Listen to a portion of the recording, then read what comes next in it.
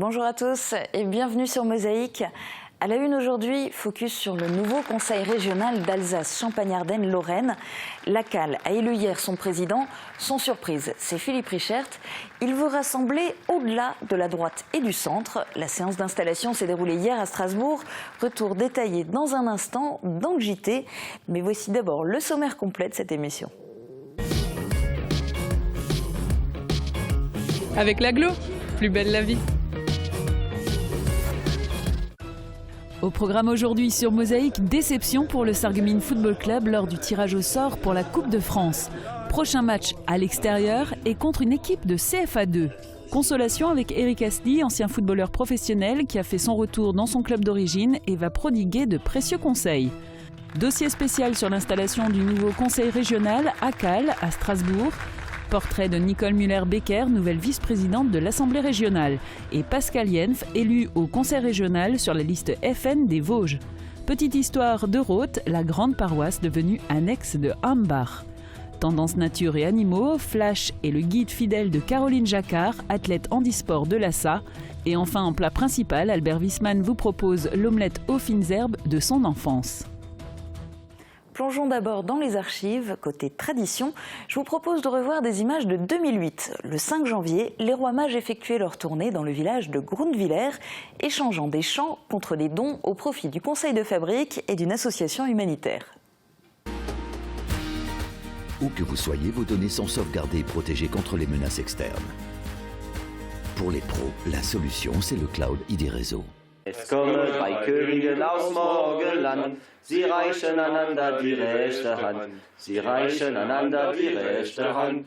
Sie zogen miteinander in den Stall hinein und fanden das Kind Jesus in der Krepelein, und fanden das Kind Jesus in der Krepelein. C'est avec un grand plaisir que Jean-Paul accueille tous les ans les rois mages au pas de sa porte. Cet habitant du village connaît la tradition depuis sa tendre enfance. Jean-Paul remercie le trio de bénévoles pour ces quelques instants de bonheur.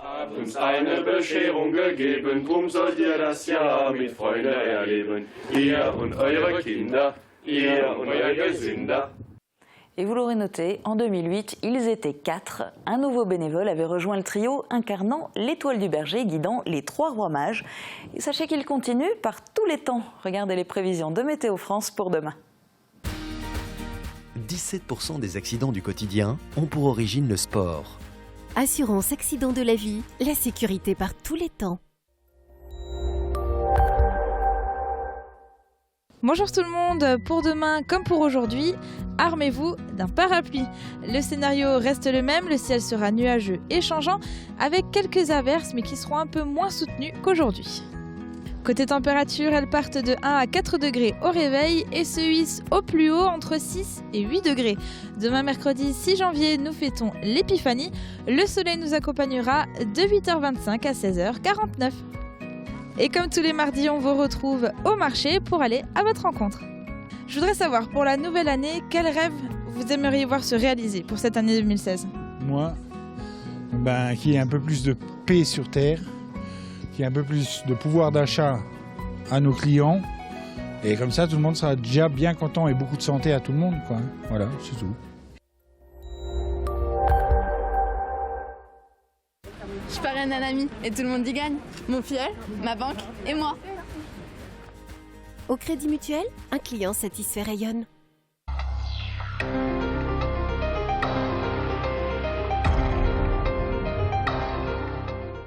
Commençons ce JT avec une large part consacrée à la politique. Hier a eu lieu l'installation du conseil régional de la toute nouvelle région Alsace Champagne-Ardenne-Lorraine. Les nouveaux conseillers régionaux se sont retrouvés à Strasbourg pour élire leur président. Reportage. Afflux massif de journalistes. C'était un peu la cohue au conseil régional. Il n'y avait pourtant pas de suspense quant au nom du vainqueur de cette élection à bulletin secret. Philippe Richert a bien évidemment été élu président de cette nouvelle région à CAL. En dehors du chef de file de la droite et du centre, seul le président du groupe FN, Florian Philippot, avait fait acte de candidature. Pas de candidat à gauche, même si, ironie de l'histoire, c'est Jean-Pierre Masseret, le président PS sortant de la désormais ancienne région Lorraine, qui présidait cette séance d'installation en tant que doyen de l'Assemblée. Au final, Florian Philippot a recueilli les 46 voix de son groupe d'extrême droite. Philippe Richert a été élu avec 102 voix. Son groupe compte 104 élus, une était absente. L'autre voix manquante, si l'on peut dire, serait celle de Philippe Richert lui-même qui aurait voté blanc. Les 19 autres bulletins blancs ou nuls correspondent aux élus de la liste menée par Jean-Pierre Masseret. Pas de suspense, je vous le disais, dans ce qu'on appelle communément le 3e tour des élections, mais une séance d'installation a toujours son importance, a fortiori dans ce contexte de nouvelles régions, grandes comme 2 fois la Belgique, et le premier discours du président préfigure les orientations des 6 années à venir. Rassembler les territoires dans la nouvelle collectivité qui voit le jour et à laquelle nous avons à donner sa forme et ses contours. Rassembler les bonnes volontés, les talents et les énergies pour relever les défis actuels et aller de l'avant. Rassembler au-delà des clivages, des postures partisanes et des a priori. Nos concitoyens nous le demandent et la situation l'exige. Faire de la politique autrement, cela commence par une chose, faire de la politique, c'est-à-dire servir l'intérêt général et ne jamais servir que lui. Pour Philippe Richert, les élus doivent montrer l'exemple. Contre le cumul, en tant que président de région, il n'exercera aucun autre mandat électif. Pour l'éthique, il veut nommer un déontologue pour vérifier que tous les élus se conforment aux exigences les plus strictes afin que tout conflit d'intérêts soit écarté. Enfin, il proposera lors de la prochaine session, le 25 janvier, de fixer les indemnités des élus 20% en deçà de l'indemnité maximum autorisée par la loi. Cette séance d'installation était aussi le moment de déterminer la composition de la commission permanente et d'en élire ses membres. A noter, les chefs de file de l'opposition, Florian Philippot et Jean-Pierre Masseret, n'y siégeront pas. Enfin, les têtes de liste durant la campagne. Car à gauche, après les bisbilles d'entre-deux tours, Jean-Pierre Masseret n'est absolument pas assuré de devenir le président de son groupe au Conseil régional. La gauche est divisée, elle aura pourtant son rôle à jouer. D'autant plus que dans son discours d'intronisation, le nouveau président de la CAL prône l'ouverture. Je sais bien que dans d'autres collectivités, on l'a déjà rappelé, on ne fait pas nécessairement de la place au-delà des composantes de la majorité. C'est tellement plus simple d'adopter des postures et de proclamer qu'on a raison en tout et toujours. Récemment encore, un élu pensait essentiel de rappeler qu'il faut garder intacts nos clivages et ne jamais céder à l'idée de travailler ensemble. Je ne suis pas de cet avis. À tel point que Philippe Richert propose à l'opposition la présidence de la Commission des finances ainsi qu'une délégation à la citoyenneté. Mais aux grandes dames de Florian Philippot, cette volonté d'ouverture de Philippe Richert ne s'adresse pas au groupe FN. Autre point à l'ordre du jour de cette session d'installation, l'élection des vice-présidents. Ils sont 15, un pour chacun des 10 départements de cette nouvelle région, plus un deuxième vice-président pour chacun des 5 départements les plus peuplés. Scrutin de liste paritaire, seul Philippe Richert a présenté une liste. Le premier vice-président est Patrick Weiten, président du conseil départemental de la Moselle.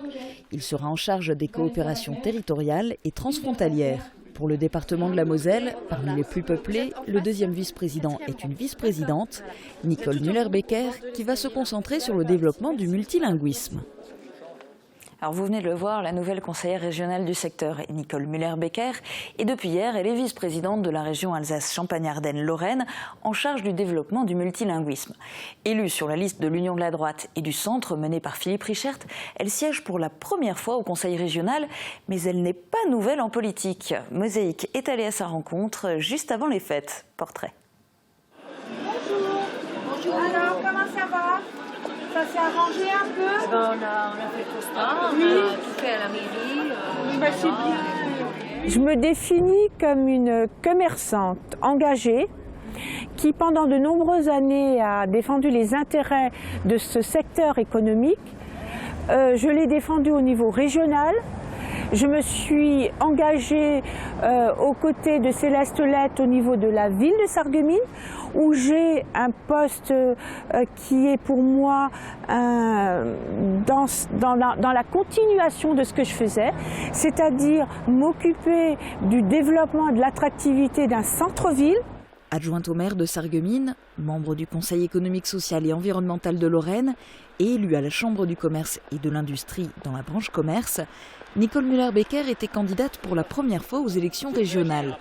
Une première réussie Élue sur la liste d'union de la droite et du centre menée par Philippe Richer, elle siège désormais sur les bancs de la majorité à Strasbourg, dans cette toute nouvelle région ACAL. Je veux défendre la proximité de mon territoire, c'est-à-dire la Moselle-Est, son caractère bien spécifique d'être une région bien transfrontalière et d'être vraiment attaché à défendre les intérêts et l'identité de notre territoire.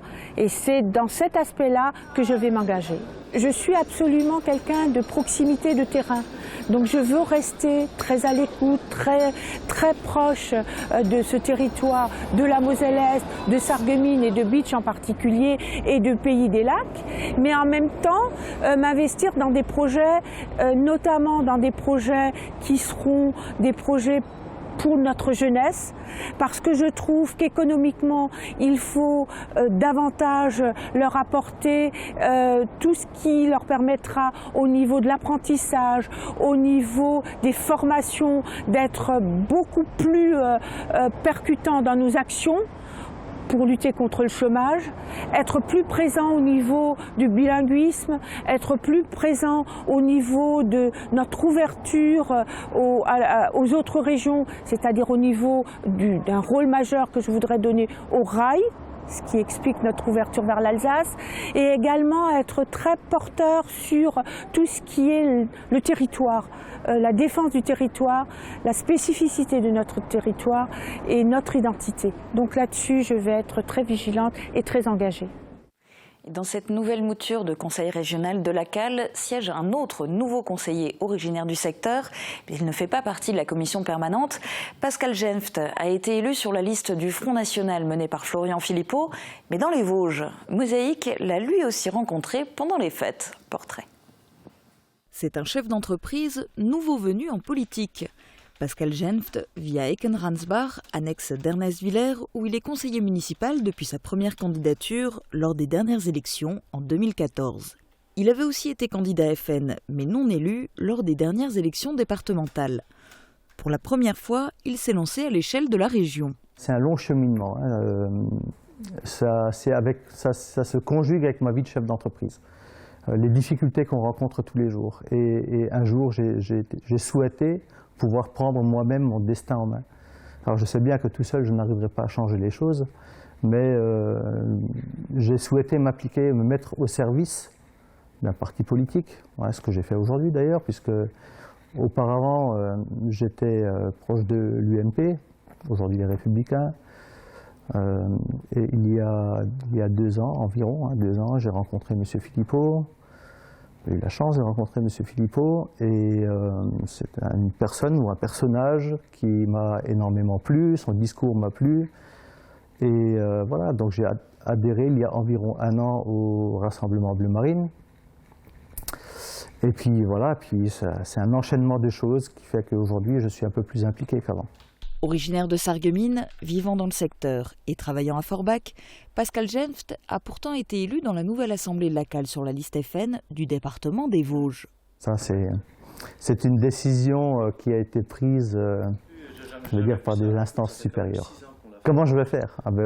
Aujourd'hui, heureusement, on a des moyens de communication. On se déplace quand même facilement, on a des infrastructures routières qui sont plutôt confortables. Donc voilà, moi, ça ne me pose pas de problème de me déplacer régulièrement dans les Vosges si c'est nécessaire. Voilà. Et j'ai des collègues qui habitent et qui représentent également les Vosges. Donc je ne vois pas vraiment la difficulté. Je pense qu'on va tenter de représenter tous les Lorrains, enfin, tous les gens de la grande région dans l'ensemble, puisque quand on siège au conseil régional, on représente tous les habitants de la grande région. L'intérêt est là. Il ne faut pas privilégier un territoire par rapport à un autre. Je veux dire, on est à un moment tous égaux, donc il faut représenter tout le monde. Gendarme pendant 18 ans, Pascal Genft est aujourd'hui à la tête d'une entreprise de 26 salariés spécialisée dans la menuiserie extérieure en bâtiment. Moi, le thème qui me tient le plus à cœur, c'est l'économie, l'économie de la grande région, puisque on connaît aujourd'hui, même si on en a très peu parlé pendant la campagne, l'état des finances de notre région, aujourd'hui de la grande région, l'endettement de notre région. Je pense qu'il serait temps de réagir et d'inverser un peu cette courbe ou de tenter d'inverser cette courbe. Donc c'est vrai que nous allons peser de tout notre poids, tant que possible, sur cette partie-là de la gestion de la région. Oui.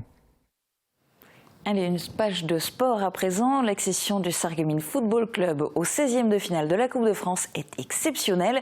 Et autant dire que le tirage au sort était attendu par les joueurs et tous les membres du club. Comme pour le tour précédent, ils se sont retrouvés au clubhouse de l'association pour le suivre ensemble. Ambiance. Les articles relatant les exploits des tours précédents sont affichés au mur, mais tous les esprits sont tournés vers le futur, vers le tirage au sort des 16e de finale de la Coupe de France.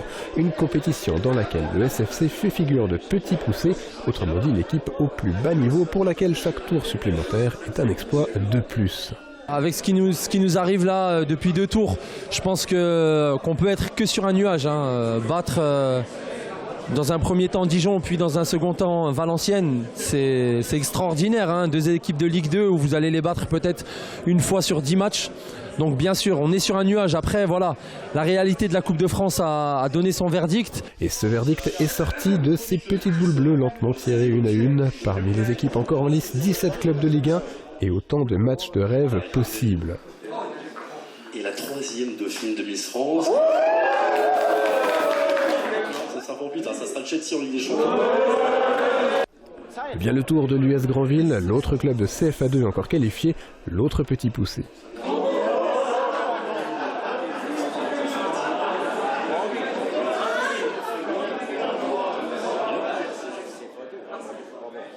Non, on a va gagner, on a C'est un chat noir, salaud. Je suis interdit de tirage pendant 10 ans. Là.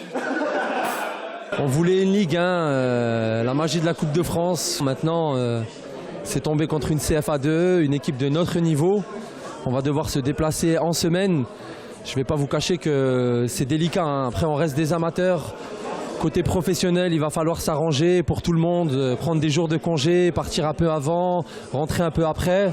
Le prochain match de Coupe de France pour le SFC sera donc un choc entre petits poussés.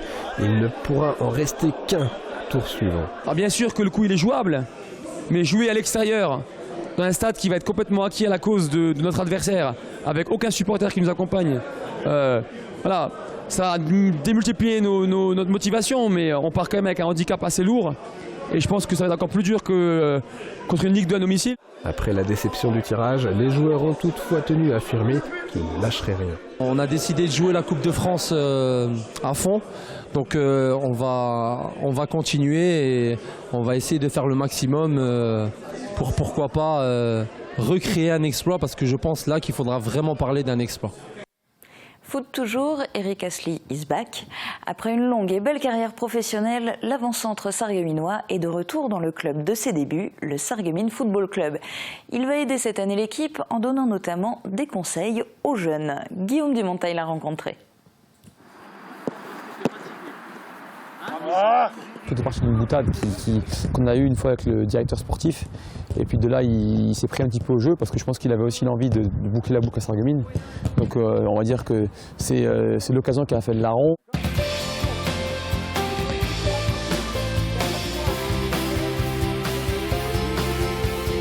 C'est un garçon qui a une belle carrière derrière lui, qui a joué à la Champions League, qui a joué en Ligue 1, qui a joué en Ligue 2, qui a joué en D1 Suisse, qui était champion de Suisse, qui a joué en Major League Soccer. Donc c'est un garçon qui a un CV qu'aucun joueur n'a au niveau du club, je pense même au niveau du groupe de CFA2.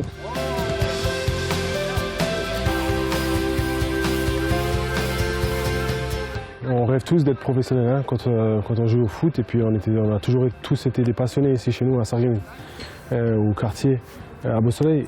C'est comme ça, on a grandi avec l'espoir d'être un jour footballeur professionnel, mais de là à réaliser son rêve, non, je suis chanceux. J'ai conscience que je suis un des chanceux qui a pu vivre de sa passion. J'ai que des bons souvenirs, j'ai passé 15 ans à jouer dans des super clubs, fait des super matchs et rencontrer des super personnes, donc c'est tout bénef pour moi. Mon premier match avec l'équipe professionnelle de Metz, ça c'est un moment inoubliable, mon premier but avec Metz contre Paris. Et puis après, c'est les matchs de Ligue des Champions, c'est le titre avec le FC Zurich, c'est les clubs que j'ai fait au Canada et puis aux États-Unis. J'ai pratiquement que des bons souvenirs. Kada, je te la mets dedans. Oh non, impossible. Il a quand même une taille qui est assez imposante et puis ce qui est rare avec cette taille-là, c'est d'avoir la technique qui va avec. Donc c'est un buteur aussi.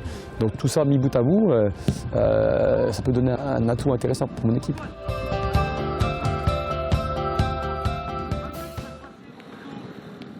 On passe au ciné demain mercredi à 14h45, surprise au Cinéma Forum de Sarreguemines. Le directeur Jean-Marc Carpels vous en dit plus sur la projection de la tour de contrôle infernale opus 2. Pour nous, c'est un gros démarrage d'année avec cette avant-première de la tour de contrôle infernale, puisque nous aurons l'équipe du film avec Eric et Ramsey qui seront présents au forum.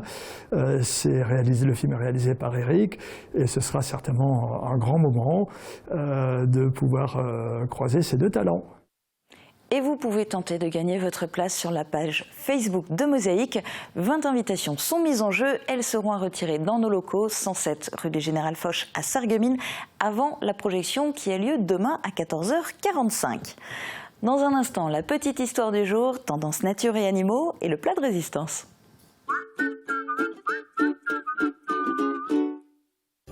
Toute l'équipe festive idée vous souhaite une bonne année 2016.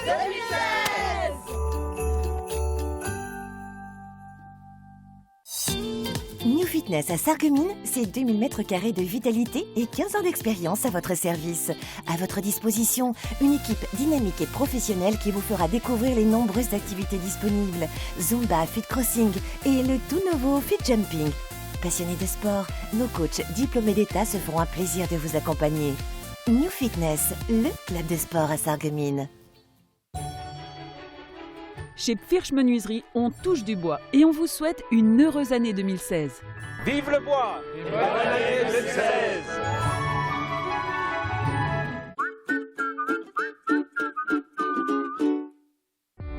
150 véhicules à votre service.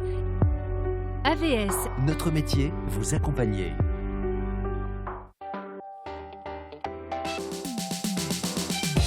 Demain, dans le journal, jour des sorties au cinéma, on fait le bilan de l'année 2015 au Cinéma Forum de Sarreguemines avec Jean-Marc Carpels.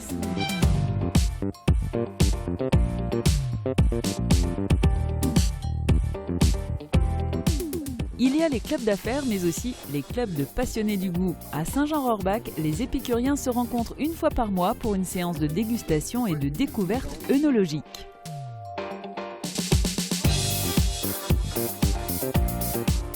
Le rendez-vous des passionnés, c'est Mosaïque.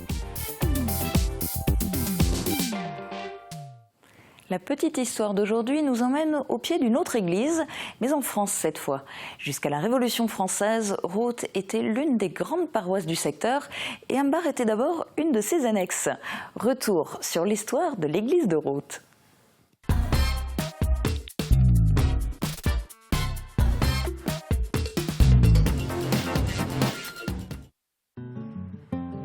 Que reste-t-il de l'église d'origine de Rothes ? Faute de texte, on ne sait pas grand-chose, sauf peut-être qu'il s'agissait d'une église gothique, mais dont il est impossible de savoir la date de construction. Remaniée au début du XVIIIe siècle, elle a tout de même gardé sa tour fortifiée et l'enceinte du cimetière qui l'entourait naguère. La tour adossée au flanc du chœur avait sans doute une fonction de défense, bien que l'étage inférieur ait servi de sacristie jusqu'à la construction en 1899 d'une nouvelle sacristie dans le prolongement du chœur. On parlait à l'époque de la grande paroisse de Rothes, car elle comprenait Ambars, mais aussi Neuve-Grange jusqu'en 1746, ainsi qu'une partie de Woustwiller. Mais c'était il y a bien longtemps déjà. Tendance nature et animaux vous dévoile cette semaine une histoire de confiance, d'amitié et de complicité qui s'est tissée au fil du temps entre Flash et Caroline. Plus jeune d'une fratrie de 4, Caroline, 16 ans, déficiente visuelle, est une athlète handisport licenciée à l'ASSA. Mosaïque est allée à la rencontre de ce tandem. Avec Firsch Menuiserie, votre maison devient tendance.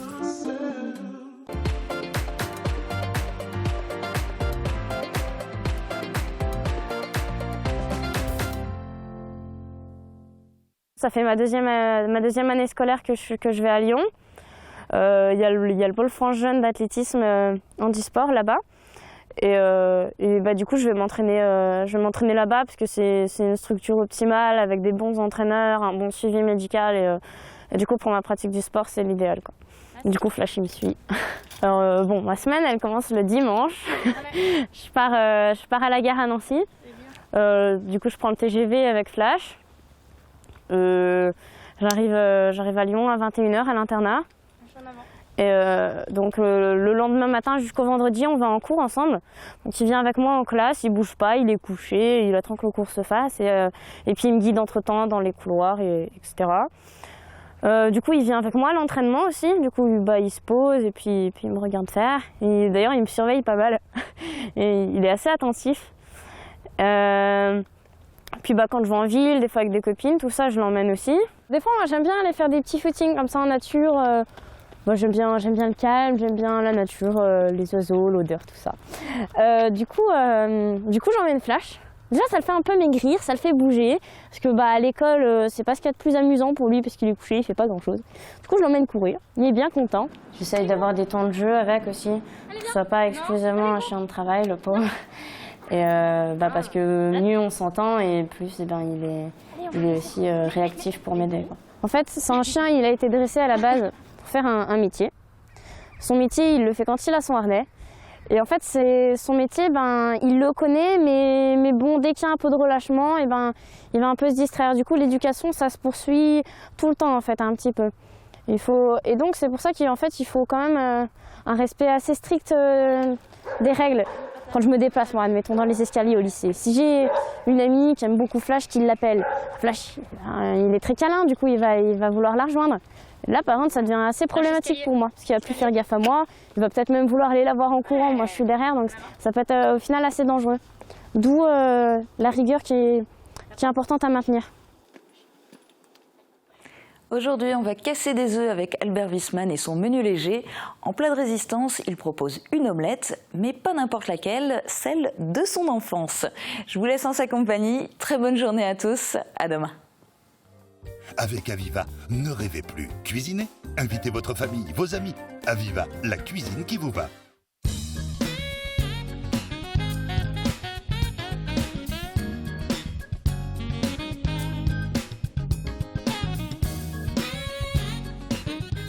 Chers téléspectateurs, bonjour. Alors, comme plat de résistance, j'ai prévu de faire une omelette au départ complètement anodine, une omelette à la ciboulette, mais améliorée à ma façon, parce que quand j'étais petit, il me restait, après les fêtes, toujours un peu de pain rassis, et je rajoutais ce pain rassis dans l'omelette, trempé dans l'omelette avec le lait, et ça rallongeait un peu l'omelette et ça permettait d'utiliser le pain qui n'avait pas été mangé pendant les fêtes. Pour commencer, cassez les œufs dans un saladier, salez, poivrez et ajoutez la muscade et le lait. Battez le tout, puis ajoutez la ciboulette. Coupez les tranches de pain en cubes et incorporez aux œufs. Laissez le pain absorber le liquide pendant 5 minutes avant de verser le tout dans une poêle. Faites cuire à feu doux selon que vous préférez l'omelette bien cuite ou encore un peu baveuse. Et servez avec une petite salade verte. Pour réaliser cette recette pour 4 personnes, il vous faudra 8 œufs, 2 cuillères à soupe de lait, de la noix de muscade, de la ciboulette ciselée, 2 tranches de pain rassis, du sel et du poivre. En fait, dans l'omelette, on peut rajouter ce qu'on veut, notamment du pain, voire d'autres choses. Sur ce, je vous souhaite un bon appétit.